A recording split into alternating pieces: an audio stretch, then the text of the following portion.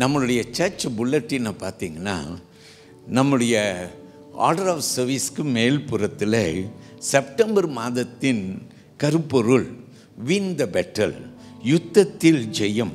இன்று பிரசங்க தலைப்பும் கூட யுத்தத்தில் ஜெயம் என்றுதான் ஒரு தலைப்பில் உபாகமம் புஸ்தகத்திலே 9ஆம் அதிகாரத்தில் வசனம் 1 துவங்கி 6 வரைக்கும் நான் தேவனுடைய செய்தியை கொண்டு வர நான் பிரயாசம் எடுத்திருக்கிறேன். கர்த்தர் இன்றைக்கு நம்மை ஆசீர்வதிக்கும், நம்மோடு கூட பேசுவார் என்றும் நான் அதிகமாகவே நம்புகிறேன். கர்த்தர் பெரியவர். எல்லாரும் ஒரு பிரைஸ் எல்லாம் சொல்லுவோமா? ஹல்லேலூயா, தேவனுக்கே மகிமை. Our theme for today, for our September 24 theme will be we win the battle. alright, பிரியமானவர்களே, 2 வாரம் நமக்கு சிறப்பு நிகழ்வு. அதனால் நான் இந்த தலைப்பில் உங்களோடு கூட தேவனுடைய வார்த்தையை பேச முடியாது போனது. அதனால் இன்றைக்கே முதல் முறையாக இந்த மாதத்தின் தலைப்பை உங்களுக்கு நான் அறிமுகப்படுத்துகிறேன். கர்த்தருக்கே மகிமை. வாருங்கள், நம்ம ஆயத்தப்படுத்துகிற வண்ணமாக நம்முடைய Bible, pen, scale, note book கையில் எடுத்துக்கிட்டோமா? எல்லோரும் பார்த்துக்கொள்ளுங்கள். அது மட்டும் இல்லாமல் ஒரு ஜெபத்தை ஏறிடுங்கள். வலது கை உயர்த்தி, ஆண்டவரே என்னோடு கூட பேசுங்க இன்னைக்கு அப்படின்னு சொல்லி ஜெபம் பண்ணுங்க. யார் செய்த ஜெபம்னு ஞாபகம் வச்சுக்கின்னு, சாமுவேல் செய்த ஜெபம். அப்படித்தான் சாமுவேல் ஜெபம் பண்ணார். ஆண்டவரே பேசும் அடியேன் கேட்குறேன். எந்த நிமிஷம் ஆண்டவரே பேசும் என்று சொன்னானோ அந்த நிமிஷமே ஆண்டவர் சாமுவேல் கூட பேசினார். அப்போ கர்த்தருடைய பிள்ளைகளாகிய நம் ஆண்டவர்கிட்ட பேசும் என்று சொன்னால் நிச்சயமாக பேசுவார். பேசுவாரா இல்லையா?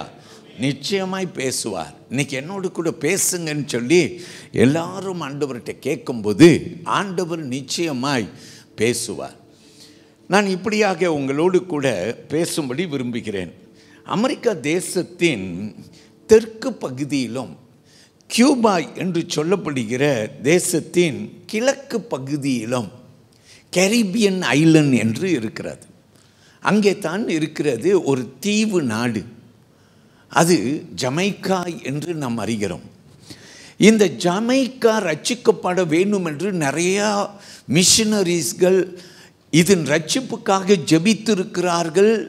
நிறைய மிஷனரிகள் புறப்பட்டு ஜமைக்கா இயேசுவுக்கென்று போயிருக்கிறார்கள். அதில் 2 சகோதரர்கள். அவர்களுடைய பெயர் ஒருவன் தாமஸ் நீப், மற்றொருவன் வில்லியம் நீப்.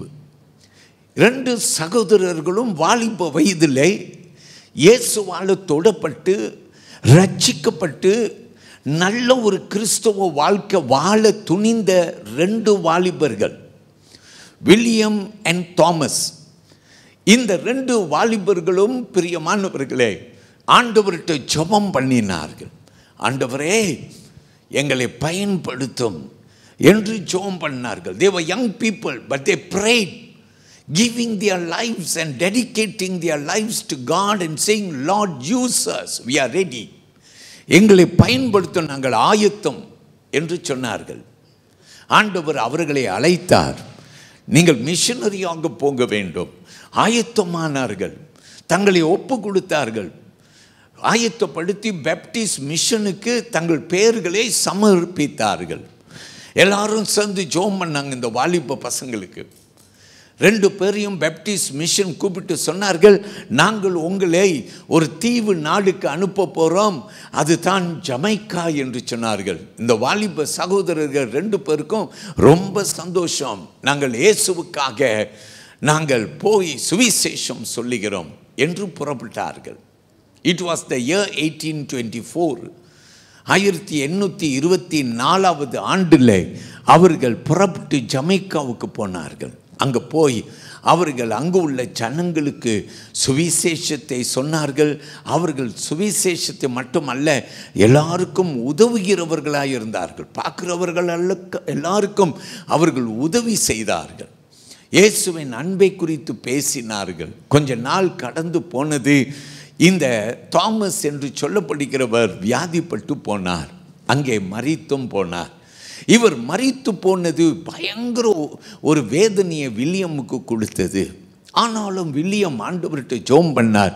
வில்லியம் சொன்னார், என் சகோதரன் ஆண்டவருக்காக தன் வாழ்க்கையை ஒப்பு கொடுத்து இந்த மண்ணிலே மரித்தபடியினாலே அதே மண்ணிலே என் சகோதரன் அவனோடு நான் தொடங்கின அந்த ஊழியத்தை ஆண்டவரே நீர் என்னை அழைத்தபடியினாலே நான் செய்வேன். ஆமென் சொல்லுவோம். நான் செய்வேன். அதனால தன்னை ஒப்பு கொடுத்து இந்த வில்லியம் அந்த ஜமைக்காவை இயேசுவுக்கென்று ஆயத்தப்படுத்த வேண்டும் என்று ஜபத்தோடு செயல்பட்டார். அந்த ஜமைக்கா தேசத்தில் இருந்த ஒரு பயங்கர ஒரு பிரச்சனை அந்நாட்களிலே என்ன என்றால் அடிமைதனம். பயங்கர அடிமைகள் விற்பனம் செய்யப்படுவார்கள். இதை எதிர்த்து வில்லியம் நின்றார்.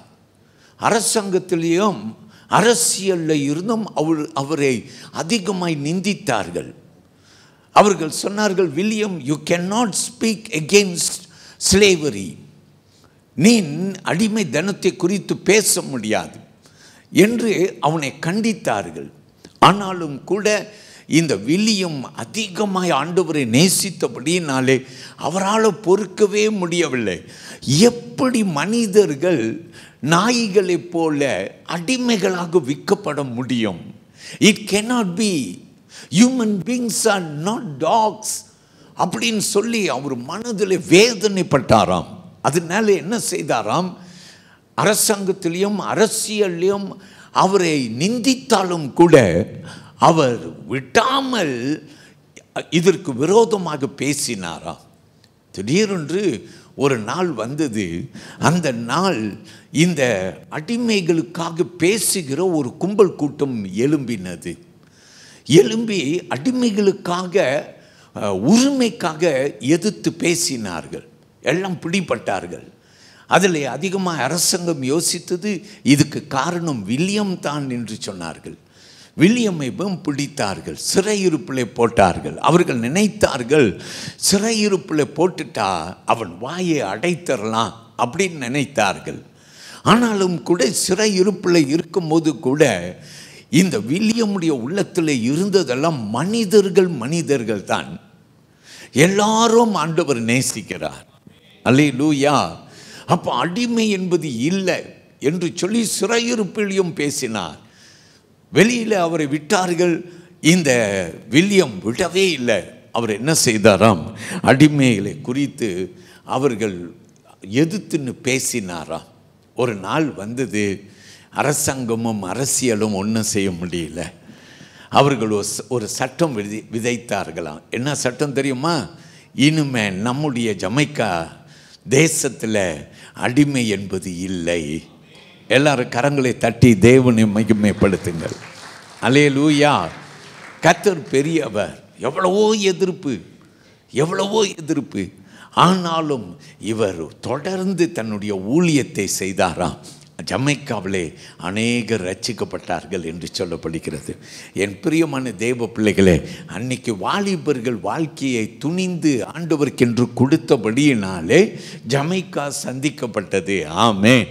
இன்றைக்கு இந்த சபையில் இருக்கிற கர்த்தருடைய பிள்ளைகள் ஒரு வில்லியம் நீப் அல்லது ஒரு தாமஸ் நீப்பை போல நீயும் எழும்புவாய் என்றால் ஒரு மிஷனரியாக மட்டும் கூட அல்ல, ஆனால் உன் வீட்டில், உன் சபையிலே, உன்னை சுற்றி இருக்கிற ஜனங்கள் மத்தியிலே நீனும் கூட இந்த வில்லியம், இந்த தாமஸ் மாதிரி ஒரு வாலிப வயதிலே ஆண்டவருக்கென்று சாட்சியாக இருந்தது போல நீயும் சாட்சியாக இருக்கலாம்.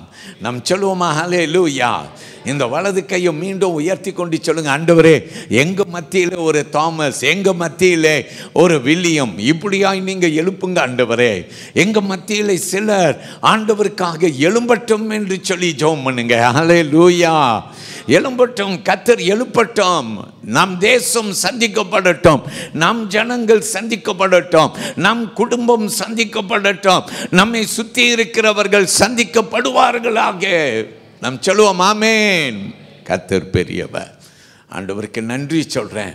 ஒவ்வொரு வாரமும் இப்படி ஒரு மிஷனரியை நாம் பார்ப்போம்.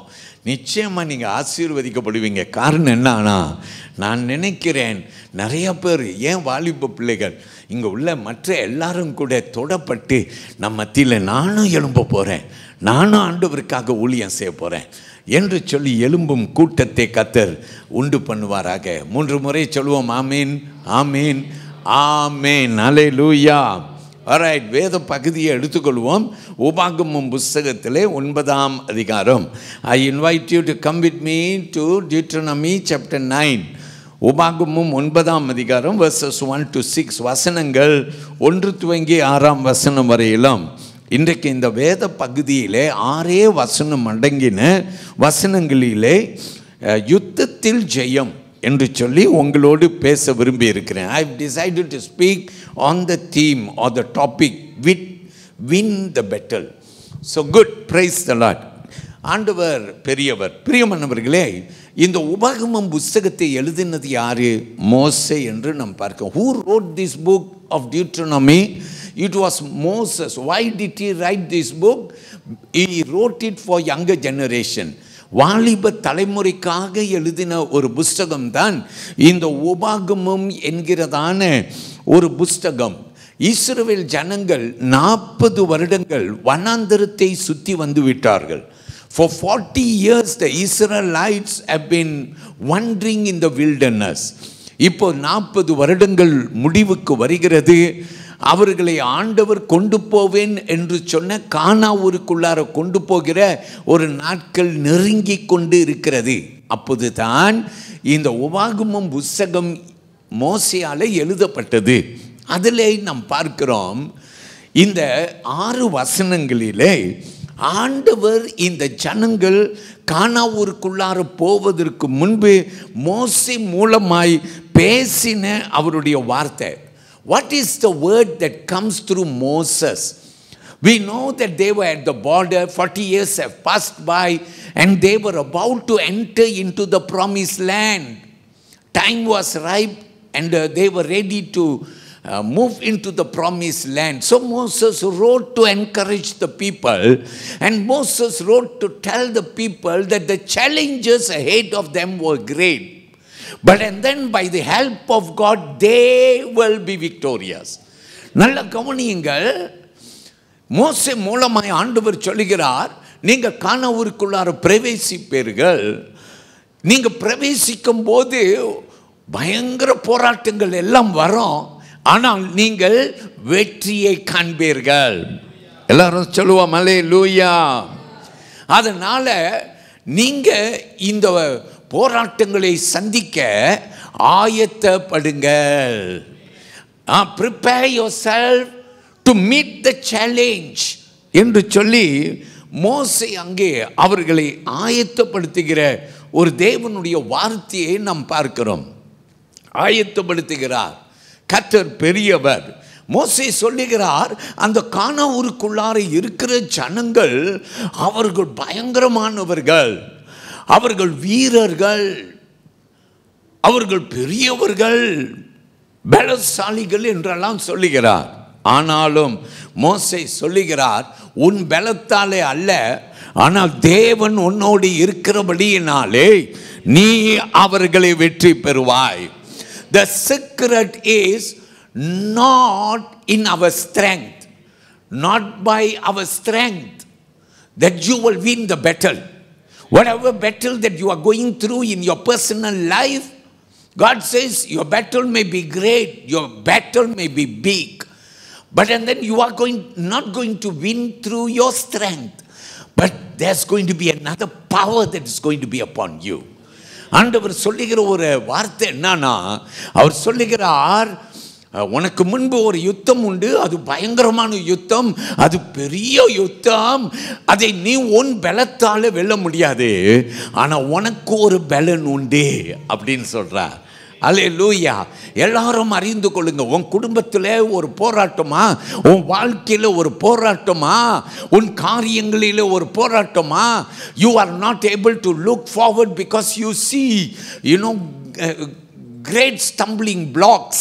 But and then God says, it's not going to be through your might, not your power, but it's going to be me. With my help, you are going to pass by it. Shall we say amen? இன்றைக்கு அருமையான தேவ பிள்ளையை இந்த September மாதம் ஆண்டவர் உனக்கு கொடுக்கிற ஒரு பெரிதான வார்த்தை என்னன்னா, அவர் சொல்லுகிறாய், நீ ஜெயம் பெறுவாய், நீ வென்று விடுவாய். ஒருவேளை நீ சொல்லுவாய் என்கிட்ட, பாஸ்டர் இந்த பிரச்சனை ஒரு 40 வருடமாய், ஒரு 30 வருடமாய், அல்லது காலகாலமாய் என் வாழ்க்கையிலே தொடர்ந்து வருகிற ஒரு பிரச்சனைன்னு சொல்லுவாய். Today if you will believe that this war that you are going through, this battle that you are going through, no matter how many years you have been suffering with this battle, you have been thinking that you cannot overcome. Sure enough you cannot overcome, but you can overcome in the power of the Lord. Shall we say hallelujah? சாதாரணமாய் ஜெபம் பண்ணுங்க, ஆண்டவர்கிட்ட கேளுங்க, ஆண்டவரே உங்க பலன் இல்லாமல் என்னால் வெல்ல முடியாது. கர்த்தர் உனக்கு பலனாவார், கர்த்தர் உனக்கு பெரிய காரியம் செய்வார். அல்லேலூயா. தேவன் பெரியவர். எல்லாரும் சொல்லுவோம் அல்லேலூயா. கர்த்தருக்கு மகிமை. இன்றைக்கு இந்த வேத பகுதியை ஒரு 3 பகுதியாய் நான் பிரித்து உங்களோடு கூட தேவனுடைய வார்த்தையை கொண்டு வரும்படிக்கு விரும்புகிறேன். முதலாவது நான் சொல்ல விரும்புகிறது, தேவனின் வாக்குறுதிகள் அது பலம் உள்ளது என்று முதல்ல சொல்ல விரும்புகிறேன். God's promise or promises are mighty. Shall we say amen? அல்லேலூயா. முதல் 3 வசனத்திலே இதை நாம் கற்றுக்கொள்ள போகிறோம். முதல் 3 வசனம் என்ன கற்றுக்கொள்ள போகிறோம்? ஆண்டவருடைய வாக்குறுதிகள். அவர் எத்தனையோ வாக்குகளை நமக்கு கொடுத்திருக்கிறார். ஒவ்வொரு ஆராதனையிலையும் ஆண்டவர் நமக்கு வாக்கு கொடுக்கிறார் இல்லையா? ஆண்டவர் நமக்கு வாக்கு கொடுக்கிறார். ஆண்டவர் சொல்றார், என் வாக்குகள் அது பலம் உள்ளது, அது வெறுமையாய் திரும்பாது, அது செய்ய நினைத்ததை செய்யும். ஆண்டவர் உனக்காக யுத்தம் பண்ண அவர் முன் வந்துட்டார்னா அவர் நிச்சயமா உனக்காக யுத்தம் பண்ணுவார். உன் வாழ்க்கையில செய்யணும்னு நினைத்துட்டார்னா அவர் நிச்சயமாய் உனக்காக செய்ய நினைத்ததை செய்வார். அவர் கரம் குறுகியது அல்ல, அது செய்ய நினைத்ததை செய்து முடிக்கும்.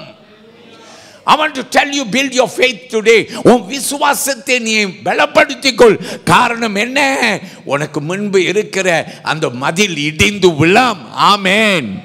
அல்லேலூயா. அந்த யோர்தான் நதி அது நிச்சயமாய் பிளக்கம். ஆண்டவர் உன்னை அதில் நடக்க பண்ணுவார். கர்த்தர் பெரிய காரியம் செய்வார். You will be surprised that things will begin to change. But build up your faith today. இன்றைக்கு விசுவாசத்தை பிடித்துக்கொள். I have faith, I believe. எல்லாரும் சொல்லுவோம் ஆமென். நான் விசுவாசிக்கிறேன், நான் நம்புகிறேன் என்று நீங்கள் சொல்லுங்கள். ஆண்டவர் நிச்சயமா என்ன செய்வார்? அவருடைய பிள்ளைகளாகிய நமக்கு அவர் அற்புதம் செய்வார். என் அருமையான கர்த்தருடைய பிள்ளைகளே, நான் இந்தியாவில் படித்து வந்தேன். நான் இந்தியாவில் படித்ததுனால என்னுடைய கல்லூரியில் நாங்கள் படிக்க வேண்டிய ஒரு இந்தியாவுடைய ஒரு பெரிய பிரபலமான ஊழியக்காரர் குறித்து நாங்கள் படிக்க வேண்டியது இருந்தது. நான் பரீட்சை கூட எழுதினேன். அந்த நபருடைய பெயர் சாது சுந்தர் சிங். சாது சுந்தர் சிங் என்று சொல்லப்படுகிறவர் ஒரு சிங், பஞ்சாப் தேசத்திலே இருந்து எழும்பின ஒரு அருமையான தெய்வ மனிதன். செப்டம்பர் மாதம் 3ஆம் தேதி, it was the year 1889 that Sadhu Sundar Singh was born. But he was born as a dedicated Sikh believer. இந்த சீக்கிசம்ல பெரிய நம்பிக்கை உடைய ஒரு மனிதனாய்த்தான் இவர் பிறந்தார். ஆனால் இவருடைய வாழ்க்கையிலே அவர் வாலிபனாய் இருந்தபோது அவருக்கு சொல்லப்படுகிறது 15 வயதான போது, அந்த 15 வயதிலே அவர் பயங்கரமான சில போராட்டங்களை கடந்து போனாராம். மனசில் சந்தோஷத்தை இழந்து போனார். அவர் பயங்கர ஒரு காரணம், ஏன் தான் வாழ்கிறோம்ன்ற ஒரு காரணம் அறியாது வாழ்ந்தாராம். அல்லேலூயா. இப்படிப்பட்ட வேலையில தான் இந்த சாது சுந்தர் சிங் இயேசுவை சந்தித்தாராம். அல்லேலூயா. எத்தனையோ பேர் நமக்கு சொல்லி இருக்கதே பார்க்கிறோம். நான் வாழ்க்கையில் எல்லாத்தையும் இழந்துட்டேன், என் தாய் நம்ம வாழணுன்னு நினைச்சேன், அப்போ ஆண்டவர் திடீரென்று என் வாழ்க்கையில் குறுக்கிட்டார். சிலர் இரவு வேளையிலே ஆண்டவரை காண்கிறார்கள், சிலர் திருச்சபையிலே ஆண்டவரை காண்கிறார்கள். ஆண்டவருக்கு மகிமை உண்டாக. பிரியமானவர்களே, சாது சுந்தர் சிங் ஆண்டவரை கண்டாராம். அன்றைக்கே தன்னுடைய வாழ்க்கையை இயேசு இடத்திலே ஒப்பு கொடுத்தாராம். இது ஒரு பெரிய தீர்மானம் தெரியுமா? அதுவும் சீக்கிசம்ல இருந்து அவர் இயேசுவை ஏற்றுக்கொள்வது மிகவும் கடினம். அதுவும் பிரியமானவர்களே, பஞ்சாப்ல எல்லாரும் சீக் மதத்தை சார்ந்தவர்களாக இருக்கிற அப்படிப்பட்ட ஒரு சூழ்நிலையிலே அவர் அந்த சீக்கிசம்மை விட்டு கிறிஸ்தவனாய் மாறுவது மிகவும் கடினம். அவர் குடும்பத்தால் புறக்கணிக்கப்பட்டார். நண்பர்கள் எல்லாரும் கேலி பண்ணினார்கள், அவனை துரட்டி விட்டார்கள். பிரியமானவர்களே, இயேசு அவரை சந்தித்தபடியினாலே, இயேசு அவருடைய வாழ்க்கையில குறுக்கிட்டபடியினாலே, ஐயோ சந்தோஷம் இல்லாமல் இருந்தேன், நிம்மதியை இழந்து போயிருந்தேன், ஏன் வாழ்கிறோம் என்று நான் கலங்கி நின்ற போது இயேசு அவர் என் வாழ்க்கையிலே காட்சி கொடுத்தார். அவரோடு பேசினேன், அவரை நான் கண்டேன். அல்லேலூயா. என்ன நடந்ததாம்? இந்த சாது சுந்தர் சிங் இயேசுவை பிடித்து கொண்டாராம். அல்லேலூயா. ஜனத்தால் வெறுக்கப்பட்டார், தன் குடும்பத்தால் தள்ளிவிடப்பட்டார். ஆனாலும் அவருக்குள்ளார அவர் சொல்லுகிறார், நான் சந்தோஷமாயிருக்கிறேன் என்று சொன்னாராம். அல்லேலூயா. ஏன் சந்தோஷமா இருக்கிறாரா? இயேசு அவருக்குள்ளார வந்தபடியினாலே அவர் சொல்றார், நான் சந்தோஷமாயிருக்கிறேன். அல்லேலூயா. கர்த்தர் பெரியவர். பிரியமானவர்களே, இந்த சாது சுந்தர் சிங் யாரும் சென்றிருக்காத இடங்களுக்கு சென்று இருக்கிறார். அவர் எப்படி தெரியுமா நடப்பாராம்? காலில் ஒரு செருப்பு கூட போடாமல் அந்நாட்களிலே எங்கும் திரிவாராம். யாரிடத்திலையும் இயேசுவின் அன்பை பற்றி சொல்லுவாராம். அநேகர் இயேசுவை நம்பினார்களாம். அவர் தீபத், சைனா, இப்படி பல இடங்களுக்கு பயணம் போயிருக்கிறார். அது அப்படிப்பட்ட காலத்தில் எல்லாரும் சொல்லுவோம் அல்லேலூயா. இயேசுவுக்காக பிரியமானவர்களே, எத்தனை உபத்திரவம் வந்தாலும் அவர் பாடுகளை சுமக்க ஆயத்தமாக தன்னை ஒப்பு கொடுத்த ஒரே காரணம் என்னன்னா, இயேசுவை சந்திச்சிட்டார். அருமையான தேவ பிள்ளையே, உன் வாழ்க்கையில் பிரச்சனையை நீ பெருசாக பார்த்துருக்கிற, அதனால தான் இந்த பிரச்சனைக்கு ஒரு விடுதலை இல்லைன்னு நினைச்சிட்டு நீ வாழ்ந்துட்டு இருக்கிற. அந்த பிரச்சனையை ரொம்ப காலமாய் நீ சுமந்து கொண்டு இருக்கிற. இயேசு இன்னைக்கு சொல்றார், நான் உன் வாழ்க்கையில் வந்தேனாக்கா அந்த பிரச்சனை எல்லாம் சின்னதாயிடும். எல்லாரும் கையப்படி உயர்த்துங்க. இப்படி பெருசா இருந்த பிரச்சனை காட்டுங்க எல்லாரும். எப்படி பெருசா இருந்துச்சு? இப்படி பெருசா இருந்த பிரச்சனை அது ஒன்னும் இல்லாம சிரித்து போயிடும். அல்லேலூயா. தேவன் பெரியவர். எல்லாரும் சொல்லுவோம் அல்லேலூயா. கர்த்தருக்கே மகிமை உண்டாவதாக. அப்போ முதலாவது கற்றுக்கொள்கிறோம், இந்த தேவனுடைய வார்த்தையில் ஒரு வல்லமை உண்டு. நம் வசனம் 3 வசனங்களே, அங்கே ஒரு சின்ன கண்ணோட்டம் விடுவோமா? 3 வசனங்கள். அங்கே முதல் வசனத்தை கவனிங்க. Look at Deuteronomy chapter 9 and verse 1. Hear, O Israel, you are to cross over the Jordan today and go in to dispossess nations greater and mightier than yourselves, cities great and fortified up to heaven. நாம் கேட்போம். இஸ்ரவேலே கேள், இப்பொழுது ஜோர்தானை கடந்து உன்னில் ஜலம் பெருத்ததும் பலத்ததுமான ஜாதிகளை துரத்தி வானத்தில் ஆகிய மதிலை சூழ்ந்த பெரிய பட்டணங்களை பிடித்து. நம்ம எல்லாரும் சொல்லுவோமா ஹல்லேலூயா. இங்கே ஒரு சில வார்த்தையை நாம் கவனிக்க போகிறேன். ஆண்டவர் என்ன சொல்கிறார் தெரியுமா? முதல்ல கேள் என்று சொல்லி, யாரை கேட்க சொல்கிறார்? இஸ்ரவேலே கேள் என்று ஆண்டவர் சொல்லுகிறார். கேள். ரெண்டாவது சொல்கிறார், யோர்தானை கடக்க பண்ணுவேன். ஆண்டவர் சொல்கிறார், யோர்தானை கடக்க நான் பண்ணுவேன். கடக்கவே முடியாது, ஆனால் கடக்க முடியும் என்று சொல்லுகிறார். ஆமென். தேவனால கூடாது இது ஒன்றுமில்லை. ஏற்கனவே செங்கடலை 2ஆய் பிளந்து தரையில் நடக்க பண்ணி இருக்கிறார். தேவனால கூட நாம் சொல்லுவோம் ஆமென். இப்போ ஆண்டவர் சொல்லுகிறார், நான் யோர்தானை கடக்க பண்ணுவேன். அப்ப யோர்தான் என்று பார்க்கிறோம். ஹல்லேலூயா. இன்னொன்று சொல்றார், நீ பிடிப்பாய் என்று சொல்லுகிறார். இது எப்படிப்பட்ட ஒரு நகரமாய் இருந்தாலும் நீ இதை பிடிப்பாய் என்று ஆண்டவர் அங்கே சொல்லுகிற சில வார்த்தைகள். இந்த வார்த்தைகளை இன்றைக்கு பிடித்து கொள்வோம். உன் கண்ணுமனுக்கு உன் பிரச்சனை பெருசா நின்றுட்டு இருக்கு. யோர்தான் கண்ணுமனுக்கு பெருசா இருக்கு. இஸ்ரவேல் ஜனங்கள் யோர்தான் நதியின் அருகில வந்து விட்டார்கள். அவர்கள் யோர்தானை கடந்தால் அவர்கள் கானாவூருக்குள்ளார போகலாம். அல்லேலூயா. ஆனா இந்த கானாவூரை சுதந்தரிக்க, கானாவூர் என்பது பாலும் தேனும் ஓடும் ஒரு தேசம், ஆண்டவர் இவர்களுக்கு கொடுப்பேன் என்று சொல்லியிருக்கிறார்.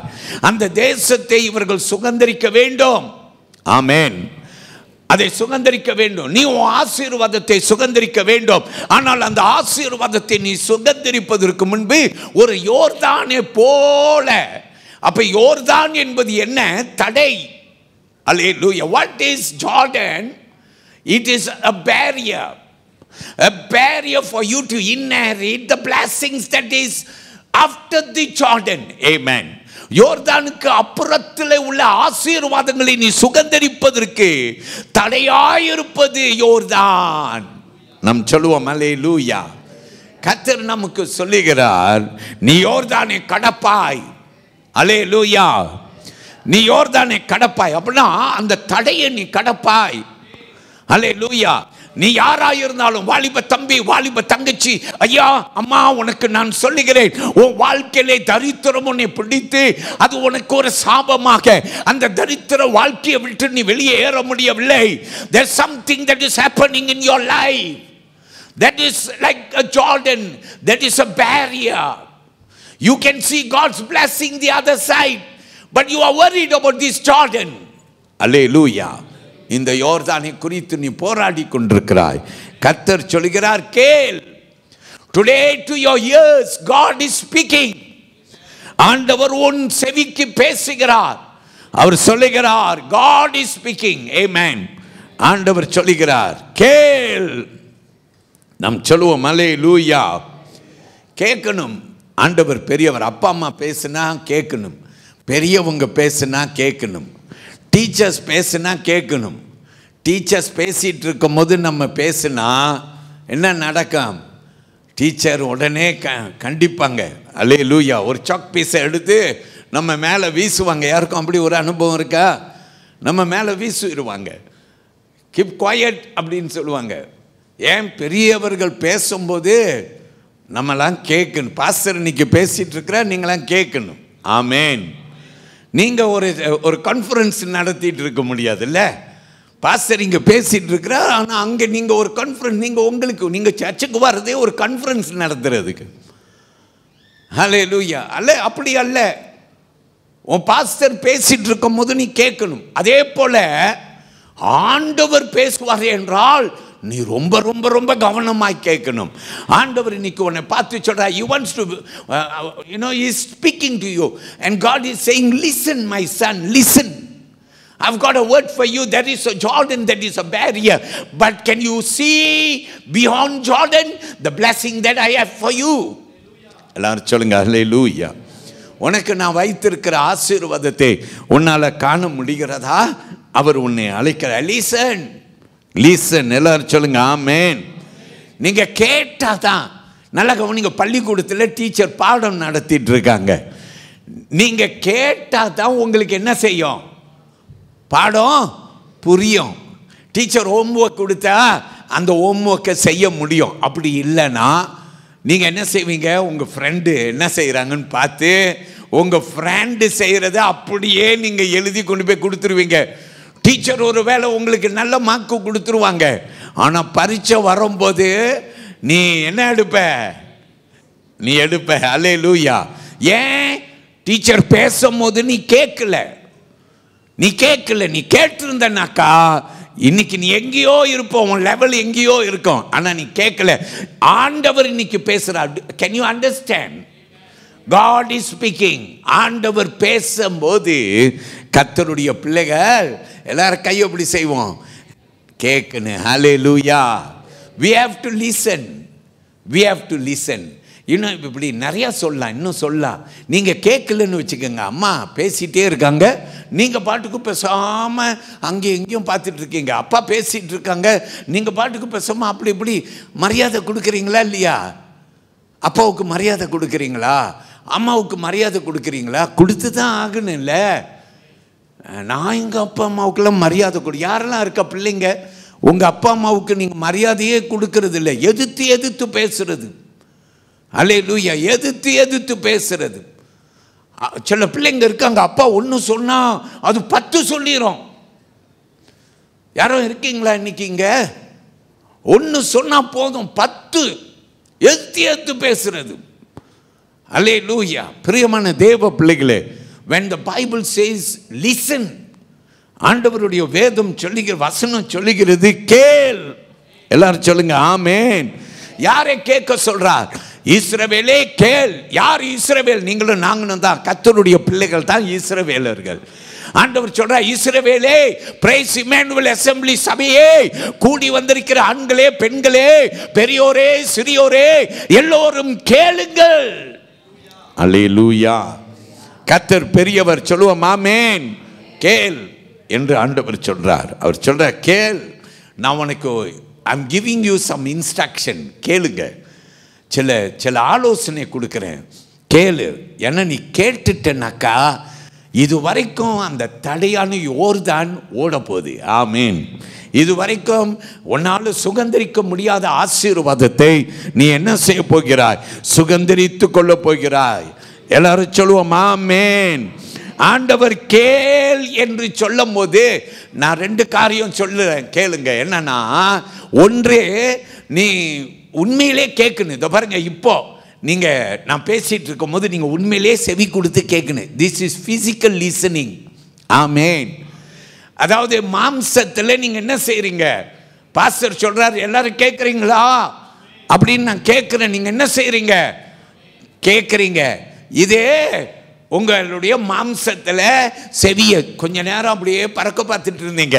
திடீர்னு கேள், பாஸ்டர் சொல்றாரு, திடீர்னு ஆண்டவர் இன்னைக்கு உன்னோடு பேசுகிறார், மகனே மகளே கேள் அப்படின்னு ஒரு சத்தம் போட்ட உடனே தான் திடீர்னு ஒரு அலர்ட் வருது. டக்குன்னு நீ கேட்குற, காது கொடுக்குற. அல்லேலூயா. இது இயற்கையா? ஏன்னா உன்னை கேட்க வைக்கிறது அவ்வளோ கஷ்டம். அல்லேலூயா.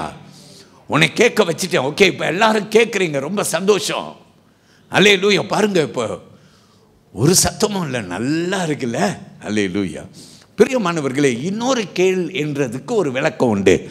ஆவிக்குரிய ரீதியில் சில பேர் காதில் இப்படி கேட்டு இப்படி விட்டுட்டு போயிட்டே இருப்பாங்க. அதனால தான் நீங்கள் பார்ப்பீங்க, சர்ச்சுக்கு வாரீங்க போகிறீங்க, மாற்றமே இல்லை. குணத்தில் மாற்றம் இல்லை, வேத வாசிப்பு இல்லை, ஜெபம் இல்லை, ஒன்றுமே இல்லை, எல்லாம் ஜீரோவாக இருக்கு. இதெல்லாம் யாரு கேட்குறாங்க? இப்படி கேட்டு இப்படி விட்டுட்டு போயிட்டே இருக்காங்க. அப்போ இன்னொரு கேட்கறதுல ஒரு குணம் இருக்குன்னு, அது என்னன்னா, ஆவிக்குரிய செவி திறக்கப்பட வேண்டும். நான் நிறைய நேரத்தில் ஜெபம் பண்ணும் போது இப்படி சொல்லுவேன். என்ன சொல்லுவேன்னா, ஆண்டவரே எங்கள் ஞான கண்களை திறந்து விடும் என்று சொல்லுவேன். அல்லேலூயா. இந்த ஞான கண்கள், அதாவது இயற்கையான கண்ணுண்டு ஒரு நம்ம கண், எல்லாருக்குமே இயற்கையான கண் இருக்குது. ஆனால் ஞானக்கண் அப்படின்னா ஸ்பிரிச்சுவல் ஐ அப்படின்னு சொல்லுவோம். ரைட், ஆவிக்குரிய கண்கள். ஆமேன். இந்த ஆவிக்குரிய கண்கள் திறக்கப்பட்டா தேவ மகிமையை நீ பார்க்கலாம், தேவ பிரசன்னத்தை நீ அறியலாம். அல்லேலூயா. அப்பா, காது இருக்க காது, இந்த ஆவியின் காது திறக்கப்பட்டுருச்சுன்னா உனக்கு தெய்வ சத்தம் கேட்கும். ஆண்டவர் சொல்றார், மகனே இவ்வளோ நாளாய் சர்ச்சுக்கு வாரிய நீ கேட்காம வந்துட்டு போயிட்டு இருக்கிறிய, இன்னைக்கு உன் செவியை தர, ஆவிக்குரிய செவியை தர, நான் உன்னோடு பேசுறேன். உனக்கு யோர்தான் தடையாய் நிற்கிறது, அதுக்கு அப்புறத்திலே ஆசீர்வாதம் நான் இவ்வளவாய் உனக்கு வைத்திருக்கிறேன், அதை நீ சுகந்தரிக்கிற நாட்கள் வந்துருச்சு என்றார். எல்லாரும் சொல்லுங்க ஹல்லேலூயா. அதை நீ சுகந்தரிக்கிற காலம் வந்து விட்டது. யோசுவா 3ஆம் அதிகாரத்துக்கு போனீங்கன்னா அந்த அதிகாரம் முழுவதும் நீங்க பார்க்கலாம். யோசுவா இந்த ஜனங்களை கூட்டிக் கொண்டு அந்த காலத்துக்குள்ளார நடந்தார், யோர்தானை கடந்தார் என்று நாம் பார்க்கிறோம். எல்லாரும் எடுத்துக்கொள்ளுங்கள். யோசுவா 3ஆம் அதிகாரம். Come with me very quickly. We will run through Joshua chapter 3 verses 14 to 17. Quite a lengthy portion, but let us listen to those verses. So it was when the people set out from their camp to cross over the Jordan, with the priests bearing the ark of the covenant before the people. And as those who bore the ark came to the Jordan, And the feet of the priests who bore the ark dipped in the edge of the water, for the Jordan overflows all its banks during the whole time of harvest, that the waters which came down from upstream stood still and rose in a heap very far away, at Adam, the city that is beside Zeritan. So the waters that went down into the sea of the Arabah, the salt sea, failed and were cut off, and the people crossed over opposite Jericho. Then the priest who bore the ark of the covenant of the Lord stood firm on dry ground in the midst of the Jordan.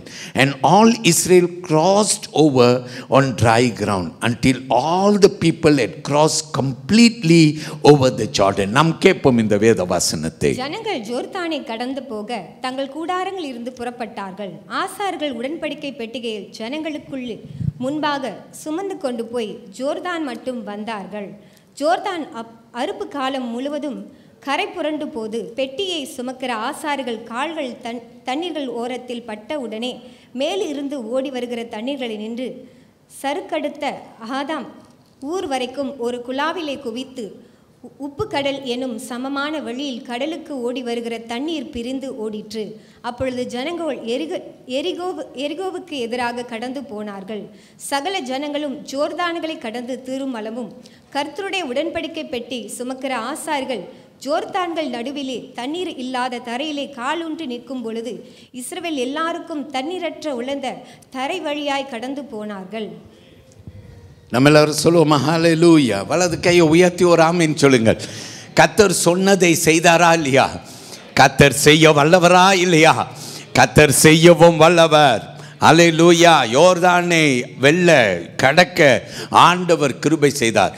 உபாகமம் 9ஆம் அதிகாரத்தின் அந்த முதலாவது வசனத்தை தொடர்ந்து கையில் வைத்து கொள்ளுங்கள். ஏன்னா ஆண்டவர் அந்த வசனத்திலே இன்னொரு கருத்தையும் நமக்கு பேசுகிறார். ஆண்டவர் நமக்கு சொல்லுகிறார் பாருங்கள். அந்த வசனத்தில் அவர் சொல்லுகிற அந்த தேசத்தின் அந்த அந்த பாலும் தேனும் ஓடும் காண ஊருக்குள்ளார வசிக்கிற ஜனங்கள் எப்படிப்பட்டவர்கள்? பெருத்ததும் பலத்ததுமான அவர்கள் பெரிய ஜனங்களாக இருந்தார்கள். they were greater and stronger people. அப்படிதான் ஆண்டவர் அங்கே வர்ணிக்கிறார். ஆமென். அவர் பெருத்ததும் பலத்ததுமான ஜனங்கள். நாம் சொல்லுவோம் ஆமென். கர்த்தருக்கு மகிமை. நம்ம எல்லாருக்கும் நல்லா தெரியும் பிரியமானவர்களே, மோசே வேகு பார்க்க அனுப்பும் போது 12 சிப்பாய்களே அவர்கள் வேகு பார்த்துட்டு வந்தபோது 10 பேர் தூர்ச்செய்தி கொண்டு வந்தாங்க. அங்கே இருக்கிற ஜனங்கள் அவர்கள் எப்படிப்பட்டவர்கள்? பெருத்த ஜனங்கள். அவர்கள் நம்மோடு பலத்த ஜனங்கள். அங்கே ஆனாக்கின் புத்திரர்கள் இருக்கிறார்கள். நம்மால் அந்த தேசத்தை சுதந்திரிக்க முடியாது என்று 10 பேர் சொன்னாங்க. 2 பேர் காலேபும் யோசுவாவும் சொன்னார்கள் நாம் எளிதாய் ஜெயித்தரலாம். ஏன் காலேபும் யோசுவாவும் சொன்னாங்க எளிதாய் ஜெயித்தரலாம்? ஏன்னா அவங்க கண்கள் ஆவியின் கண்களிலும் ஆவியின் செவியிலும் பேசினார்கள். அவர்கள் பேசினார்கள். நமக்கு பலன் இல்லதா, ஆனால் நம்ம கூட இருக்கிறது யாரு? நம்முடைய ஆண்டவர் இருக்கிறார்.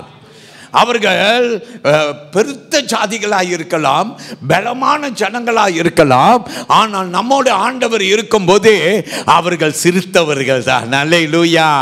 நம்ம ஆண்டவர் பெரியவர் என்று சொன்னார். ஆனால் 10 பேர் சொன்னாங்க இல்லப்பா நம்ம போக முடியாது.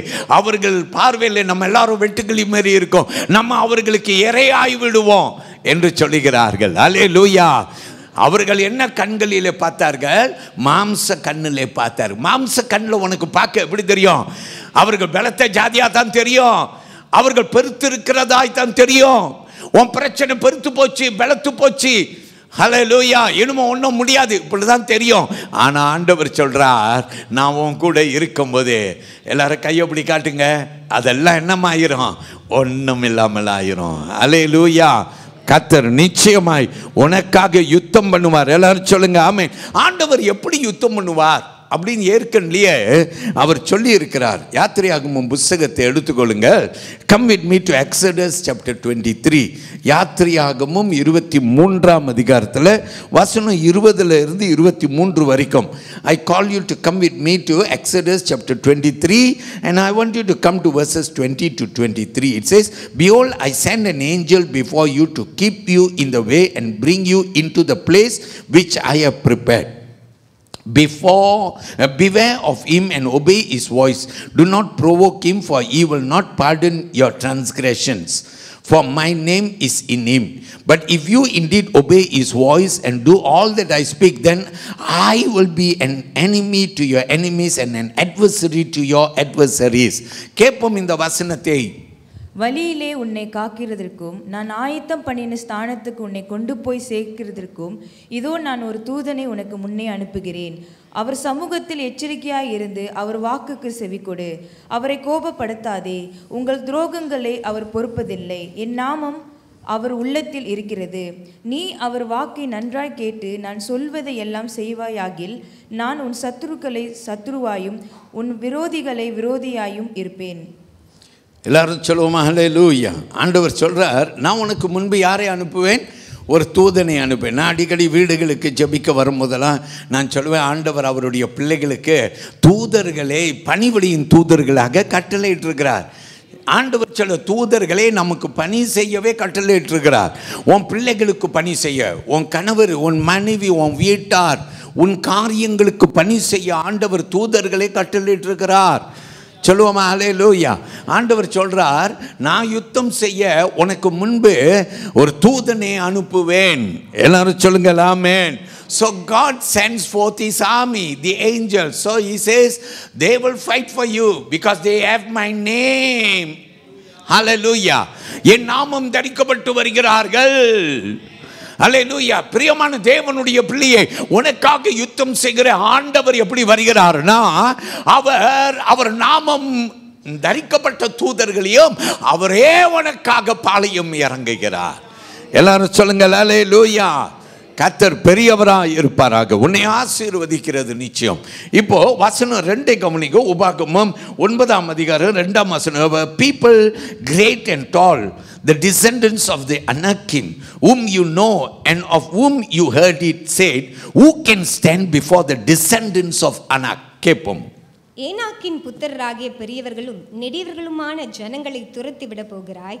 இவர்கள் செய்தியை நீ அறிந்து ஏனாக்கின் புத்திரருக்கு முன்பாக நிற்பவன் யார் என்று சொல்லப்படுவதை நீ கேட்கிறாய். நாம் சொல்லுவோம் ஆமென். இங்க வசனத்திலே நமக்கு சொல்லப்படுகிறது, நீ யாரை சந்திக்க போகிறாய்? நீ சந்திக்க போகிறது அந்த தேசத்தின் ஜனங்கள். அந்த தேசத்தின் ஜனங்கள் யாரு? அனாக்கின் புத்திரர்கள்.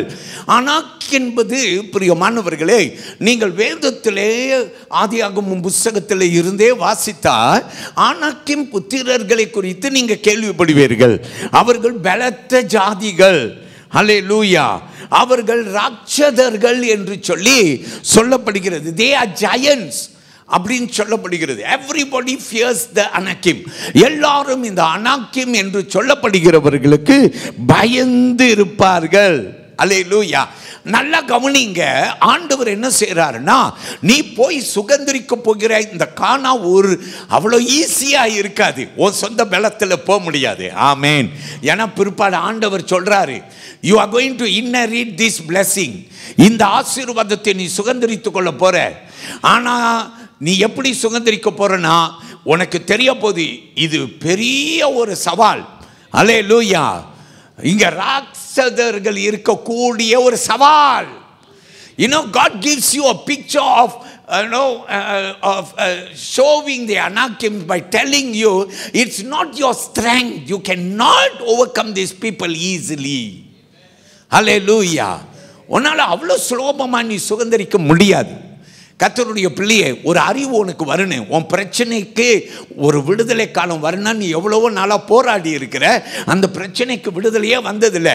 அந்த பிரச்சனை தீரும்னு சொல்லி நீ என்னென்னமோ செஞ்சு பார்த்த, ஆனால் அதிகரிக்கத்தான் செஞ்சிச்ச தவிர அந்த பிரச்சனை இன்னும் சின்னதாக மாறினதே கிடையாது. ஆண்டவர் சொல்லுகிறார், நீ பார், என்றைக்கு உனக்கு அந்த எண்ணம் வருகிறது, இது பலத்து இருக்கிறது, ரொம்ப நாள் ஆயிருச்சு, இந்த பிரச்சனை ரொம்ப டீப் ஆயிருச்சு. அல்லேலூயா. எனக்கு ஒரு பலன் தேவை. அப்போ தான் கர்த்தர் பலன் உனக்கு வெளிப்படும். ஆமேன். தேவன் பெரியவராக இருப்பாராக. எல்லாரும் சொல்லுவோம் அல்லேலூயா. வேத புஸ்தகத்திலே நீங்கள் என்னாகும் புஸ்தகத்திலே 13ஆம் அதிகாரத்தில் குறிப்பிட்டு வசனம் 33 நீங்களாக போய் வாசித்து கொள்ளலாம். இந்த ஜனங்கள் வேகு பார்த்து வந்தபோது பிரியமானவர்களே துர்ச்செய்தியே வழங்கினார்கள். அப்போ நல்லா கவனி, உன் பிரச்சனை ரொம்ப ரொம்ப பெருசு, ரொம்ப சீரியஸ் என்று சொல்லலாம். சில பேர் எனக்கு டெலிஃபோன் செய்து சொல்லுவார்கள், pastor my problem is a very serious problem. It's a very serious problem. It can be truly a serious problem. ஒரு பயங்கர பிரச்சனையாக இருக்கலாம். இன்னைக்கு நான் உனக்காக இந்த ஆராதனை பிரசங்க வேலை முடியும் போது நான் உனக்காக ஜெபம் பண்ண போகிறேன். ஆண்டவர் உனக்கு உதவ போகிறார். நீ அற்புதத்தை காண போகிறாய். நாம் சொல்லுவோம் ஆமென். 3வது வசனத்தை கவனிங்கள். Look at verse 3. It reads, therefore understand today that the Lord your God is he who goes over before you as a consuming fire. He will destroy them and bring them down before you. So you shall drive them out and destroy them quickly, as the Lord has said to you. Shall we say amen? உன் தேவனாகிய கர்த்தர் உனக்கு முன்பாக கடந்து போகிறவர் என்பதை நீ அறிய கடவாய். அவர் பட்சிக்கிற அக்கினியைப் போல அவர்களை அழிப்பார். அவர்களை உமக்கு முன்பாக விலப்பண்ணுவார். இவ்விதமாய் கர்த்தர் உனக்கு சொன்னபடியே நீ அவர்களை சீக்கிரமாக துரத்தி அவர்களை அழிப்பாய். எல்லாரும் ஆமென் சொல்லுவோமா? ஆண்டவர் என்ன சொல்றாருன்னா, அவர் உனக்கு முன்பு எப்படி போறாருன்னா பட்சிக்கிற அக்கினியை போல போகிறார். ஆமென். ஆண்டவர் எப்படி உனக்கு முன்பே போய் யுத்தத்தில் ஜெயம் கொடுக்க போறாருன்னா பட்சிக்கிற அக்கினி. எல்லாரும் நாவல சொல்லுங்க, எப்படி பட்சிக்கிற அக்கினி. ஆமென். அல்லேலூயா. சற்று முன்பு நான் சர்ச்சுக்குள்ளார வரும்போது ஒரு அருமையான அம்மா என்கிட்ட சொன்னாங்க, பாஸ்டர் அந்த இடத்துல கொஞ்சம் ஜாமாக இருக்குது, கார் பற்றி பிடித்து எரிந்து கொண்டிருக்கு என்னமோ என்று சொன்னார்கள். ஆமென். தீ பிடித்தா நமக்கு நல்லாவே தெரியும். ஒரு வீடு தீ பிடித்தா கொஞ்ச நேரத்தில் அந்த வீடு அந்த தீயில் பொசுங்கி போயிடுது. ஒரு ஃபேக்ட்ரி லாட்டை பார்க்கலாம், சிறப்பாக இருக்கும். ஆனால் நெருப்பு பிடிச்சிச்சுன்னா அவ்வளோ ஈஸியாக பச்சித்து விடுகிறது. ஆண்டவர் உனக்கு புரிகிற பாஷையில் பேசுகிறார். நான் எப்படி உனக்கு யுத்தம் பண்ண போகிறேன்னு தெரியுமா? பச்சிக்கிற அக்கினியை போல நான் உனக்காக என்ன செய்ய போகிறேன்? யுத்தம் பண்ண போகிறேன், வழக்காட போகிறேன். ஆமேன். எல்லாரும் சொல்லுங்க அல்லேலூயா, அல்லேலூயா. அப்போ நான் என்ன செய்ய போகிறேன்னா விட்டு வைக்க மாட்டேன், நான் முற்றிலுமாக பச்சித்து விடுவேன்னு சொல்கிறார். ஐ வில் டிஸ்ட்ராய் கம்ப்ளீட்லி அப்படின்னு சொல்ல. அந்த பிரச்சனை ரொம்ப நாளாகவே உன்னை போட்டு வாட்டி கொண்டிருக்குது. நீ அதனாலேயே கூனி குறுக்கி போயிட்ட, மெலிந்து போயிட்ட, ராத்திரியில் தூக்கம் இல்லை, டாக்டர்கிட்ட போய் நிற்கிற. டாக்டர் சொல்கிற எல்லாமே நல்லா தானே இருக்குது, எனக்கே புரியல என்று டாக்டரே சொல்கிறார். டாக்டருக்கு புரியாத ஒரு வியாதி உன்னை தொடர்ந்து கொண்டிருக்குது. அது வியாதி அல்ல, உன் இடத்துல நிற்கிற யோர்தான். அல்லேலூயா. கர்த்தர் உனக்கு சொல்லுகிறார், நான் உனக்கு ஜெயம் கொடுப்பேன். எல்லாரும் சொல்லுங்க அல்லேலூயா. கர்த்தர் உனக்கு ஜெயம் கொடுப்பார். நம்புகிறவர்கள் கைகளை உயர்த்தி ஒரு ஆமேன் சொல்லுங்க. அல்லேலூயா. அவர் பட்சிப்பார். ஆண்டவர்கிட்ட சொல்லுங்க, ஆண்டவரே என் பிரச்சனை ரொம்ப நாள் தலைக்கு மேலே ஏறி போச்சு, ஆண்டவரே எனக்கு உதவி செய்யுங்க. கர்த்தர் நிச்சயமாய் உனக்கு உதவி செய்வார். இந்த அக்கினி என்பது சொல்லுகிறது இன்னொரு அர்த்தமும் கொடுக்குது. என்ன அர்த்தம்? பைபிள் படி நமக்கு என்ன தெரியும்? அக்கினி பெந்தேகோஸ்து தினத்திலே ஆண்டவர் ஒரு அக்கினி சுடரை போல எல்லா நாவையும் அவர் தொட்டாராம். ஏன்னா நாவை முதல்ல ஒரு மனுஷனே ஆண்டவர் தொடுன்னு. நாவு தான் பிரியமானவர்களே பைபிளில் சொல்லப்படுகிறது இந்த சரீரத்தில் எலும்பு இல்லாத ஒரு பகுதி. ஆனால் இந்த எலும்பு இல்லாத பகுதியான நாவு செய்யக்கூடிய பெரிய அழிவு ஆண்டவர் வேதத்திலே பேசுகிற. நாவுனால எல்லாமே கெட்டு போயிடுது அப்படின்னு சொல்லி நம்ம அறிகிறோம். ஆமேன்னு சொல்லுங்க. அதனால தான் பாருங்க, ஆண்டவர் ஒரு சபையை ஆரம்பிக்கிறதுக்கு முன்பு இந்த பெந்தேகோஸ்து தினத்திலே ஆண்டவர் 3000 பேர் ரட்சிக்கிறதுக்கு உதவினார், நமக்கு தெரியும் இல்லையா? அப்போ முதல்ல பெந்தேகோஸ்து ஆவியின் அபிஷேகம் எப்படி வந்துச்சு? அக்கினியினால் வந்துச்சு. எல்லா நாவும் தொட்டுச்சான். அப்படின்னா இந்த அக்கினி எதை குறிக்குதுன்னு நீங்கள் போய் வாசிச்சு பார்த்தீங்கன்னா, முதல்ல இந்த நாவு சுத்திகரிக்கப்படுன்னு. ஏன்னா இந்த வாயினாலேயே நீ கெட்டு போன, இந்த வாயினாலேயே உன் பக்கத்து வீட்டில் பிரச்சனை, உன் வீட்டில் பிரச்சனை. இந்த வாய் சும்மா இருக்காத வாய். அல்லேலூயா. எல்லாருக்கும் ஒரு கிளிப், எல்லாருக்கும் கிளிப் எல்லாரும் வாயை நீங்க அடிச்சு பாருங்க, உன் வீட்டில் இருக்கிற 99% பிரச்சனை தீந்துடும். உன் வாய், ஒரு மனுஷன் வாயாலவே கெட்டு போகிறான். அல்லேலூயா. வாயை வச்சுட்டு சும்மா இருக்கிறது இல்லை. அல்லேலூயா, அல்லேலூயா. சில மனைவிமார்கள் கெட்டு போகிறார்கள். புருஷன் ஒன்று சொன்னா அவ்வளோதான், அவளுக்கு ஒன்று தெரியும், இவனை பேச விட்டா இவன் கொஞ்சம் பேசிடுவான், அதனால நம்ம வார்த்தையை ஏற்றிடுவோம். அதனால புருஷன் ஒன்று சொன்னா இவன் 10 சொல்லுவான். புருஷன் பார்ப்பான், உன்கிட்ட மனுஷன் நான் பேசுவான், அவன் பேசாமல் தலையை கீழே போட்டு போயிடுவான். அல்லேலூயா. பாஸ்டர், புருஷர்களை மட்டும் புகழுகிறீர்கள். அல்லேலூயா. எல்லாரும் சொல்லுங்க ஆமேன். பிரியமான கர்த்தருடைய பிள்ளை, இது உண்மை, பொய்யா சொல்கிறேன், பொய்யா சொல்கிறேன். வீட்டுக்கு வீடு நடக்குது. சில பேர் சொல்கிறாங்க, இன்னைக்கு தான் நடந்துச்சு, இன்னைக்கு தான் நினச்சி. ஏன் இன்னைக்கு பார்த்து இவர் இதை பேசுகிறா? இன்னைக்கு தான் நடந்துச்சு, இன்னைக்கு தான் நடந்துச்சு. நெஞ்சில் அடிச்சுட்டு பொண்ணு ஒன்றும் செய்யலை, அப்படியே திருன்னு இருக்கு, பேசாமல் இருக்கு, ஒன்றும் செய்யலை. அல்லேலூயா. பிரியமான கர்த்தருடைய பிள்ளையே, தேவன் முதல்ல சுத்திகரிக்க பிரயாசம் எடுக்கிறது என்ன? நாவு. ஒரு மனுஷனுடைய நாவு. அப்புறம் தான் பெந்தேகோஸ்து தினத்தில் ஆண்டவர் 3000 பேரை ரட்சித்தார். ஒரு சபையை ஆண்டவர் சுத்திகரிக்கணும்னா அவருடைய அக்கினி ஒவ்வொரு நாவை தொடுன்னு. அல்லேலூயா. நாவு சுத்திகரிக்கப்பட்டுருச்சுன்னா சபை வளர்ந்துடும். அல்லேலூயா. நாவு தெய்வீக நாவு ஆயிடுச்சுன்னா, அல்லேலூயா. நீ கீழே போனோடனே, இவ்வளோ பிரசங்க கேட்டு கீழே போனோடனே நீ என்ன பேச்சு பேசுகிற நீன்னு, அல்லேலூயா, ஆச்சரியமாக இருக்கு, என்ன பேசுகிற. கொஞ்சம் நாவு சுத்திகரிக்கப்பட்டுருச்சுன்னா நீ யோசிச்சு பாரு, நீ போய் தெய்வீக காரியத்தை பேசி ஒருத்தருக்கு ஒருத்தர் உற்சாகப்படுத்தி நீ சர்ச்சை விட்டு போகும்போது, நிறைய பேர் சர்ச்சில் இருந்து கீழே போன பிற்பாடு நீங்கள் தெய்வீக காரியத்தை பேசுறது இல்லை. அதனால தான் நீங்கள் காரில் போய் உட்கார்றக்கிட்டையும் பாஸ்டர் பேசுனது எல்லாம் பறந்து போச்சு. அல்லேலூயா. எல்லாம் பறந்து போச்சு, ஒன்றுமே நிற்கல. என்ன தெரியுமா நிற்கிது? அவர் அப்படி சொன்னார், ஓய் இவ இப்படி சொன்னா, அல்லேலூயா, இப்படியே போயிருச்சு எல்லாம். பிரியமான கர்த்தருடைய பிள்ளையை மாற்றி விடுவோம். தேவன் உனக்கு உதவி செய்வார். வேதம் நமக்கு என்ன சொல்லுதுன்னா, அவர் பட்சிக்கிற அக்கினி. எல்லாரும் சொல்லுங்க அல்லேலூயா. அவர் என்ன சொல்லுகிறார்? அழிப்பார். he will destroy. அல்லேலூயா. விழ பண்ணுவார் அப்படின்னு வசனம் சொல். he will subdue. எல்லாரும் சொல்லுங்க அல்லேலூயா. அப்ப ஆண்டவர் என்ன சொல்றார்? நான் பட்சிக்கிற அக்கினி, I will do something for you. உனக்காக யுத்தம் செய்ய போறார். இனிமே இன்னைக்கு ராத்திரியெல்லாம் நீ தூங்கும் போது, இந்த செப்டம்பர் மாதம் இன்னொரு பாதி மாதம் இருக்கு, விடாத, ஜெபம் பண்ணு, ஜெபம் பண்ணு. உன் பிரச்சனைக்கு ஒரு விடுதலை வரும். ஆண்டவர் பேச விரும்பி இருக்கிறார். தேவன் பெரிய, தேவனுக்கு சித்தமானால் நம்ம இன்னொரு பிரசங்கம் இதன் தலைப்பில் கேட்க ஆண்டவர் நமக்கு கிருபை செய்வாராக. எல்லாரும் சொல்லுங்க ஆமென். யோசுவா சொல்றாரு பாருங்க. யோசுவா எடுத்துக்கொள்ளுங்க, 10ஆம் அதிகாரம் 8ஆம் வசனம். Come with me to Joshua chapter 10 and I want you to come to verse 8. 8ஆம் வசனத்துக்கு வாருங்கள், நம்ம அந்த வசனத்தை கேட்போம். வசனம் என்ன சொல்லுகிறது? And the Lord said to Joshua, do not fear them, for I have delivered them into your hand. Not a man of them shall stand before you. கேளுங்க, வலது கையை உயர்த்தி கொள்ளுங்கள். கர்த்தர் யோசுவாவை நோக்கி, அவர்களுக்கு பயப்படாயாக, உன் கைகளில் அவர்களை ஒப்புக் கொடுத்தேன், அவர்களில் ஒருவனும் உனக்கு முன்பாக நிற்பதில்லை என்றார். எல்லாரும் ஒரு ஆமென் சொல்லுங்க. ஹல்லேலூயா. ஆண்டவர் சொல்ற, அவர்களை உன் கையில் ஒப்பு கொடுப்பேன். இது வரைக்கும் தலைவிரிக்க ஆடிட்டு இருந்துச்சு உன் பிரச்சனை, ஆனால் நான் என்ன செய்ய போகிறேன்? எல்லாத்தையும் உன் கையில் ஒப்பு கொடுக்க போகிறேன், நீ வெற்றி பெற போகிறாய். ஆமென் சொல்லுவோமா? இப்போ வாங்க, உபாகமம் 9ஆம் அதிகாரத்தில் வசனம் 4, 5, 6 இன்னொரு 3 வசனத்தை சுருக்கமாக 2 கருத்தை சொல்லி நான் முடிக்கிறேன்.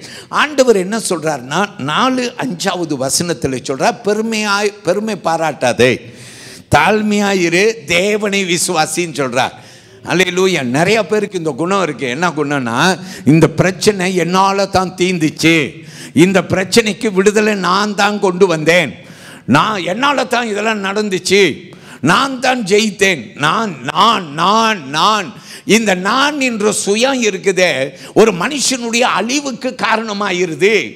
ஆண்டவர் என்ன தெரியுமா சொல்றாரு? நீங்க பார்த்தீங்கன்னா, இப்போ கொஞ்சம் முன்ன நம்ம வாசித்த வசனம் சொல்லுது, யோர்தான் பயங்கரமாய் அந்த நதி ஓடிக்கொண்டு இருக்கும்போது தான் ஆண்டவர் அதை கடக்க பண்ணினார். சில சமயத்தில் இந்த கால நேரத்திற்கு தக்க யோர்தான் காய்ந்து போயிடும். அந்த நேரத்தில் கூட அவர்கள் பயணம் போயிருக்கலாம். ஆனால் ஆண்டவர் எப்போ தெரியுமா அந்த பயணத்தை கடக்க பண்ணினார்? அந்த யோர்தான் நதி திரண்டு ஓடிக்கொண்டிருக்கும் போது ஆண்டவர் அதை ரெண்டா பிளந்தார். ஆமேன். நீனாக நீச்சல் அடித்து அங்கிட்டு போக முடியாது, நீயா போய்கொள்ள முடியாது. ஆண்டவர் எதை செய்தாலும் ஞானமாய் புத்தியாய் செய்வார். ஏன்? ஆண்டவருக்கு மனித புத்தி தெரிந்து அவர் புத்தியாய் செய்வார். நல்லா கவனிங்க. 4ஆம் வசனம் 5ஆம் வசனத்தை நாம் கேட்போம். Come with me to Deuteronomy chapter 9 and I invite you to listen to word 4 and 5. Do not think in your heart after the Lord your God has cast them out before you, saying, because of my righteousness the Lord has brought me in to possess this land. But it is because of the wickedness of these nations that the Lord is driving them out from before you. It is not because of your righteousness or the uprightness of your heart that you go in to possess their land, but because of the wickedness of these nations that the Lord your God drives them out from before you, and that he may fulfill the word which the Lord swore to your fathers, to Abraham, Isaac and Jacob. நாம் கேட்போம். உன் தேவனாகிய கர்த்தர் அவர்களை உமக்கு முன்பாக துரத்துகையில் நீ உன் இருதயத்தில் என் நீதி நிமித்தம் இந்த தேசத்தை சுதந்தரித்துக் கொள்ளும்படி கர்த்தர் என்னை அழைத்து வந்தார் என்று சொல்லாயாக. இந்த ஜாதிகள் அகைமை நிமித்தமே கர்த்தர் அவர்களை உமக்கு முன்பாக துரத்தி விடுகிறார். உன் நீதி நிமித்தம் உன் இருதயத்தினுடைய உத்தம நிமித்தம் நீ அவர்கள் தேசத்தை சுதந்தரிக்கும்படி பிரவேசிக்கவில்லை. அந்த ஜாதிகளுடைய அகமியமித்தமே ஆபிரகாம், ஈசாக்கு, யாக்கோப்பு எனும் உன் பிதாக்களுக்கு கர்த்தர் ஆணையிட்டு சொன்ன வார்த்தை நிறைவேறும்படியாகவும் உன் தேவனாகிய கர்த்தர் அவர்களை உமக்கு முன்பாக துரத்தி விடுகிறார். நம்ம எல்லாரும் சொல்லுவோமா? ஹல்லேலூயா. கர்த்தர் திரும்பி 2 வாட்டி வசனத்தில் சொல்கிறார், உன் நீதி நிமித்தமாய் அல்ல, அந்த தேசத்தின் மக்களின் அக்கிரமத்தினாலேயே அந்த ஜனங்களை நான் துரட்டி விடுகிறேன். ஆண்டவர் சொல்கிறார், நான் செய்கிறேன்னு சொல்கிறார். I am doing it. So do not take pride for yourself. ஹல்லேலூயா. நான் செய்கிறேன். நிறைய ஊழியக்காரங்க செய்கிற தப்பும் அதுதான். ஹல்லேலூயா. எத்தனையோ பேர் என் இடத்துல வந்து சொல்கிறார், பாஸ்டர் இன்னைக்கு இந்த ஆராதனையில் ஒரு அற்புதம் நடந்தது, நீங்கள் ஜெபித்து கொண்டிருக்கும் போது என் சரீரத்தில் ஒரு அற்புதம் நடந்தது. ஹல்லேலூயா. நான் உடனே இங்கே பெருமை பாராட்டி சிலர் உங்கள் சாட்சிகளை எழுதி கொடுக்குறீங்க. நீங்கள் சொல்கிறீங்க, பாஸ்டர் நான் இப்படி பிரச்சனையில் இருந்தேன், நான் உங்களை ஜெபிக்க சொன்னேன், அப்புறம் இப்படி நடந்தது. ஹல்லேலூயா. பிரியமானவர்களே, உடனே பாஸ்டர் இது ஒரு வாய்ப்பை பயன்படுத்தி உடனே நான் ஜெபம் பண்ணினபடினாலே இவர்களுக்கு அற்புதம் இருக்கலாம், நான் ஜெபம் பண்ணதுனால. ஆனால் இந்த அற்புதத்தை செய்தது நான் அல்ல, உனக்கு ஆண்டவர் செய்தார். ஹல்லேலூயா. Always remember, this church did not grow because of Pastor Robert, but because God wanted to be faithful to us. இந்த சபை ஏன் வளர்ந்தது? இந்த சபை பாஸ்டர் ராபர்ட் பாண்டியனுடைய ஒரு தயவோ அல்லது ஞானமோ அறிவோ அல்லேலூயா அவைகள் அல்ல. இந்த சபை வளர்ந்ததற்கு காரணம் என்னன்னா கர்த்தர் கரம். அல்லேலூயா. அதனால தான் நம்ம சபையில் எப்போது சொல்லுவோம், இந்த சபையில் பெரியவர் யாரு? ஆண்டவர். எல்லாரும் கையை மேலே காட்டுங்க. இந்த சபையில் பெரியவர் யாரு? ஆண்டவர். எல்லாரும் சொல்லுங்க ஆமேன். பிரியமானவர்களே, தேவன் பெரியவராக இருப்பாராக. 17ஆம் தேதி ஜூன் மாதம் 1972, கொஞ்ச காலங்களுக்கு முன்பு தான் வாட்டர்கேட் ஸ்கேண்டல் என்று சொல்லப்பட்ட ஸ்கேண்டலில் நிறைய பேர் பிடிபட்டு சிறையிருப்புக்கு போனார்கள். அந்த நாட்கள் பிரசிடென்ட் யுஎஸ்ஏல ரிச்சர்ட் நிக்சன் என்று பார்க்கிறோம். அவர் கூட என்ன செய்தாராம்? ராஜினாமா பண்ணினாராம். ஹல்லேலூயா. இப்படி பிடிப்பட்ட ஒரு நபர் ஆனவர் சக் கால்சன் என்று நாம் எல்லோரும் அறிகிறோம். I have spoken about Chuck Colson. One was also caught for his mistake in Watergate scandal and he was also in prison. இந்த மனுஷனுடைய இந்த சிறையிருப்புக்கு போவதற்கு முன்பு இந்த சக் கால்சனை குறித்து நீங்கள் படிச்சீங்கன்னா அவர் ஒரு பயங்கரமான ஒரு மனுஷன். மனித ஈவு இல்லாத ஒரு மனுஷன், பயங்கர மோசமான ஒரு மனுஷன். ஆனால் இந்த சிறையிருப்புக்கு போயிட்டு அவர் வெளியில் வரும்போது அவர் வேறுபட்ட ஒரு மனுஷன். அவர் வாழ்க்கை மாறின ஒரு மனுஷன். ஏன் எப்படி மாறினது அப்படின்னு கேட்டிங்கன்னா, அவர் சிறையிருப்பில் இருக்கும்போது யாரோ ஒருவர் இந்த சாக் கால்சன் இடத்திலே இயேசு ஆண்டவர் உனக்கு ஒரு அற்புதம் செய்வார் என்று பேசினதை கேட்டார். அன்னைக்கு ஆண்டவர் அவனுடைய இருதயத்தை திறந்தார். Do you know that many times in the church you have heard about the love of Jesus, but your heart was hardened? இந்த சாக் கால்சன் கூட நிறைய வாட்டி இந்த இயேசுவை குறித்து கேள்விப்பட்டிருக்கிறார். அந்நாட்களிலே அவர் இருதயம் கடினமான இருதயம். நீ கூட எத்தனையோ முறை இந்த சர்ச்சுக்குள்ள வரும்போதெல்லாம் இயேசுவை குறித்து கேள்விப்படுகிறாய், கேட்கிறாய், ஆனால் உன் இருதயம் கடினப்பட்டு இருக்கிறது. ஆனால் ஒரு நாள் வந்தது, இந்த சாக் கால்சன் பிரியமானவர்களே மீண்டுமாக இயேசுவை குறித்து கேள்விப்படுகிறார். அப்போது அவர் இருதயம் திறக்கப்படுகிறது. இயேசு கிட்ட தன் வாழ்க்கையை ஒப்பு கொடுக்கிறார். இவர் மாறினார். சாக் கால்சன் இந்த சிறையிருப்பில் இருந்து வெளியே வரும்போது ஒரு கிறிஸ்தவனாக வெளியே வந்தார். வலது கையை உயர்த்தி ஒரு ஆமேன் சொல்லுங்க. கிறிஸ்தவன் மட்டுமல்ல, சாக் கால்சன் என்பவர் ஊழியக்காரனாக மாறினார். அவர் ஒரு ஊழியத்தை ஆரம்பித்தார். இன்னைக்கு வரைக்கும் எல்லாரும் செய்கிற ஒரு ஊழியம் பிரீசன் ஃபெலோஷிப் அப்படின்னு ஆரம்பித்தார். உலகம் எங்கும் இந்த பிரீசன் ஃபெலோஷிப் நடைபெறுகிறது. எல்லாரும் ஆமீன் சொல்லுவோமா? ஹல்லேலூயா. அவர் ஒரு புஸ்தகம் எழுதினார், born again அப்படின்னு ஒரு புஸ்தகம் எழுதினார். மறுபிறப்பு என்று ஒரு புஸ்தகம். அதிலே அவர் வர்ணிக்கிறார், எப்படி நான் பிறந்தேன் என்று வர்ணிக்கிறார். என் அருமையான கர்த்தருடைய பிள்ளையை, கர்த்தர் உன்னை ஆசீர்வதிப்பாராக. எல்லாரும் சொல்லுங்க ஆமென். பலத்தினால் அல்ல, பராக்கிரமத்தினால் அல்ல, தேவனுடைய ஆவியினாலே ஆகம்.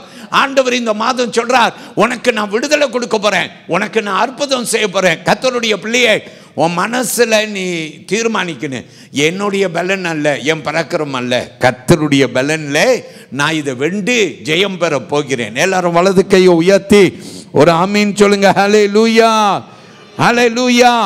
தேவன் பெரியவர். கடைசியா வசனம் 6ல நான் தேவனுடைய செய்தியை முடிவுக்கு கொண்டு வரேன், கேளுங்க. வசனம் 6 நான் வாசிக்கிறேன், கேட்போம்.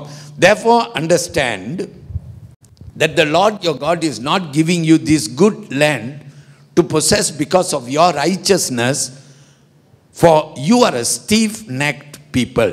கேட்போம். ஆகையால் உன் நீதி நிமித்தம் உன் தேவனாக கர்த்தர் உனக்கு அந்த நல்ல தேசத்தை சுகந்தரிக்க கொடார் என்பதை நீ அறிய கடவாய். நீ வணங்கா கழுத்துள்ள ஜனம். எல்லாரும் ஆமீன் சொல்லுவோமா? நீ என்ன ஜனம்? வணங்கா கழுத்துள்ள ஜனம். இந்த வணங்கா கழுத்து என்று சொல்லப்படுகிறது ஸ்டபன் அப்படின்னு சொல்லி. Stubborn, you are a stubborn person. அல்லேலூயா. இந்த ஸ்டபன் அப்படின்னு சொன்னால் பிடிவாத குணம். அல்லேலூயா. பிடிவாதம். சில பிள்ளைங்க இருப்பாங்க பயங்கர பிடிவாதம். ஐஸ்கிரீம் வேணும்னு அப்பாட கேட்பாங்க, அம்மா மழை பெய்யுதுமா இன்னைக்கு வேண்டாம்மா. அப்பா எவ்வளவோ சொல்லி பார்ப்பார், பிள்ளை கேட்காது, ஒரே பிடிவாதம். அல்லேலூயா.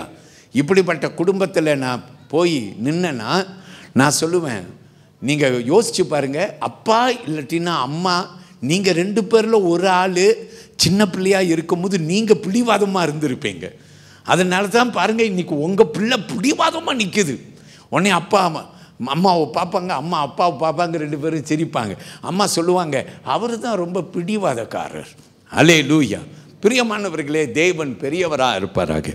பிடிவாதம். ஆண்டவர் இஸ்ரவேலை பார்த்து சொல்கிறாரு, இன்னைக்கு நம்ம பார்த்து சொல்கிறாரு, பிடிவாத ஜனங்கள். அல்லேலூயா.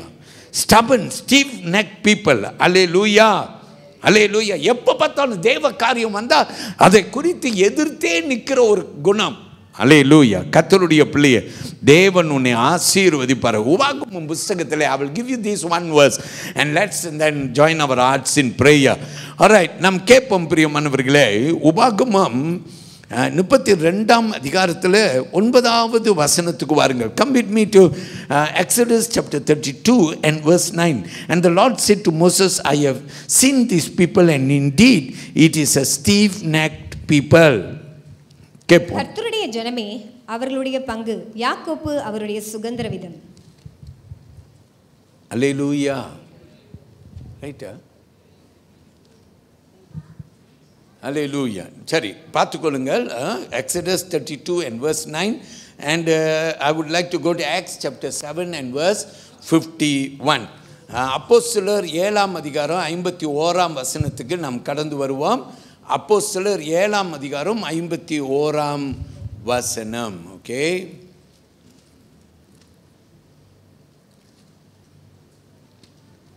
கொஞ்சம் பொறுப்போம். 51ஆம் வசனம். Acts of the Apostles chapter 7 and verse 51. It reads like this: You stiff-necked and uncircumcised in heart and ears, you always resist the Holy Spirit, as your fathers did, so do you. வணங்கா கழுத்துள்ளவர்களே, இருதயத்திலும் செவிகளிலும் விருத்த சேதம் பெறாதவர்களே, உங்கள் பிதாக்களைப் போல நீங்களும் பரிசுத்த ஆவிக்கு எப்பொழுதும் எதிர்த்து நிற்கிறீர்கள். எல்லாரும் ஆமென் சொல்வோம். என் அருமையான கர்த்தருடைய பிள்ளையை, இன்னைக்கு தேவ வசனத்துக்கு இடம் கொடுங்க. ஒரு ஜெபம் பண்ணுங்க. உங்கள் பிரச்சனைக்கெல்லாம் ஒரு விடிவு காலம் இந்த 2 வாரத்திலே ஆண்டவர் கட்டளையிடுவார் என்று நாவல் அறிக்கை செய்யுங்க. ஜெபம் பண்ணுங்க. நிச்சயமாய் நீங்கள் வெற்றியை காண்பீர்கள். எல்லாரும் தேவ சந்நிதியில் எழுந்து நிற்போம். கர்த்தர் நமக்கு உதவி செய்வாராக. எழுந்து நிற்போம். வாருங்கள், என்னோடு கூட கர்த்தரை தொழுது கொள்ள போகிறோம். பாஸ்டர் பிரசங்கம் பண்ணுற நேரம் வரைக்கும் தான் பாஸ்டருடைய நேரம். பிரசங்கம் முடிந்த பிற்பாடு கர்த்தர் உன்னோடு கூட அசைவாடுகிற ஒரு நேரம். நீர் சொன்னால் போதும்.